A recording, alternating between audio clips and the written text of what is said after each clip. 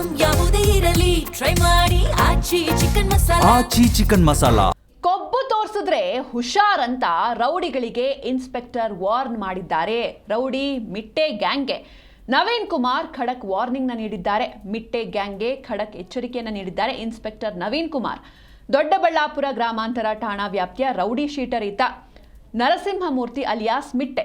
ಈತನಿಗೆ ಹಾಗೆ ಈತನ ಸಹಚರರು, ಒಂದು ರೌಡಿ ಅಂದಮೇಲೆ ಆತನಿಗೆ ಒಂದಿಷ್ಟು ಫಾಲೋವರ್ಸ್ ಇರ್ತಾರೆ, ಅವರಿಗೂ ಕೂಡ ವಾರ್ನ್ ಮಾಡಲಾಗಿದೆ. ಶ್ರೀನಿವಾಸ್ ಅಲಿಯಾಸ್ ಚಿಕ್ಕ ಮಿಟ್ಟೆಗೆ ಕಾನೂನಿನ ಪಾಠವನ್ನು ತಿಳಿಸಿದ್ದಾರೆ ಪೊಲೀಸರು. ಮತ್ತೆ ಏನಾದರೂ ಬಾಲ ಬಿಚ್ಚಿದ್ರೆ ಇನ್ನೊಂದ್ಸಲ ಜೈಲಿಗೆ ಹೋಗ್ತೀಯಾ ಅಂತ ಎಚ್ಚರಿಕೆಯನ್ನು ಕೂಡ ನೀಡಿದ್ದಾರೆ.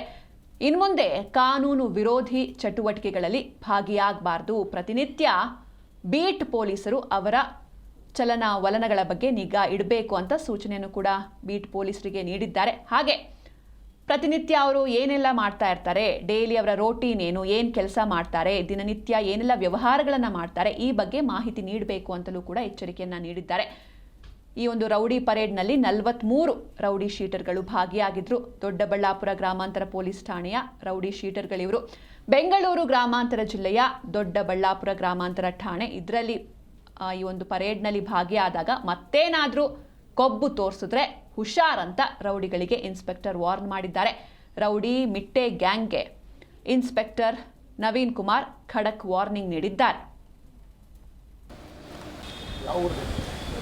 ಮಾಡ್ರಲ್ಲ ಏನಿರಲ್ಲಪ್ಪ, ಒಬ್ಬ ಮನುಷ್ಯನ ಸಾಯಿಸುವಾಗ ಅನ್ಎಕ್ಸ್ಪೆಕ್ಟೆಡ್ ಅನ್ನೋದು ಇರೋದೇ ಇಲ್ಲ.